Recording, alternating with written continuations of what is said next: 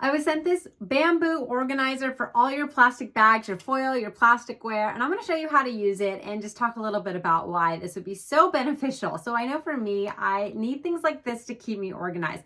I love that this can hang on to a wall.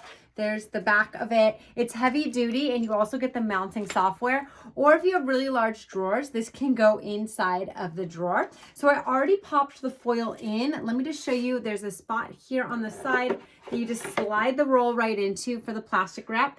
And then this would be mounted, but I'll show you kind of how easy it is to use the little cutter on it as well.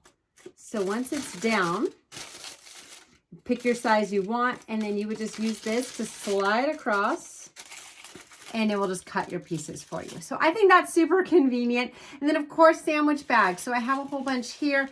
These often get like just floating around your drawer or they're in their box, not so pretty. So you would just pop it in where it belongs so that it's ready to go and you're always organized on which one you need. So I like that they have the quart size, the sandwich size, the snack size, and then of course the gallon size as well. So if you're looking for a really nice organizer for your pantry or your kitchen, check this one out.